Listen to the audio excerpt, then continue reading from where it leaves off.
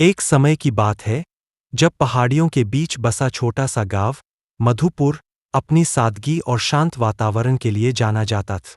गांव के बीचों बीच एक पुरानी हवेली थी जिसे विरासत हवेली के नाम से जाना जाता था।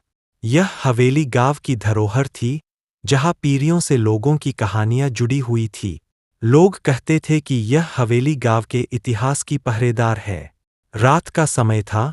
हवेली से कुछ रहस्यमय आवाजें आने लगी। गांव के बुजुर्ग कहते थे कि हर पूर्णिमा की रात हवेली से अजीबोगरीब आवाजें आती है जो किसी अनसुलझे रहस्य की ओर इशारा करती है। गांव के लोग हवेली के पास जाने से डरते थे क्योंकि वे इसे एक बुरा संकेत मानते थे। गांव का एक युवा लड़का आरव, जिसने इन कहानियों पर कभी विश्वास नहीं किया, उसने तय किया कि वह इस रहस्य से पर्दा उठाएगा। वह अपने दोस्तों को लेकर हवेली के अंदर जाने का निश्चय करता है। लोग उसे रोकते हैं, लेकिन आरव का जिज्ञासु स्वभाव उसे आगे बढ़ने से नहीं रोकता। आरव और उसके दोस्त हवेली के अंदर जाते हैं। अंदर का माहौल पूरी तरह से बदल जाता है।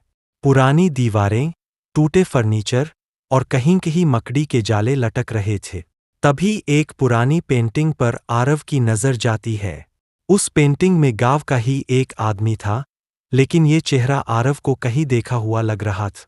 जब आरव ने पेंटिंग के पीछे एक छिपे हुए कमरे का दरवाजा देखा, उसने उसे खोलने की कोशिश की। दरवाजा खुलते ही उन्हें वहां एक पुरानी किताब मिली जिसमें हवेली और गांव का इतिहास दर्ज था।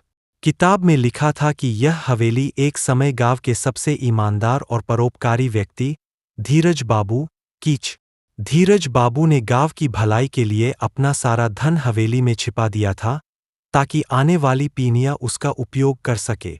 आरव और उसके दोस्तों ने गांव के बुजुर्गों को सब कुछ बताए। गांव वालों ने हवेली के रहस्य को जानकर धन का उपयोग गांव की बेहतरी के लिए किए। उस रात से हवेली में कभी कोई आवाज नहीं आ। विरासत हवेली अब गांव की समृद्धि और एकता का प्रतीक बन गई। गांव की इस कहानी ने हमें सिखाया कि हर धरोहर में कोई न कोई राज छिपा होता है जो सही समय पर ही सामने आता है।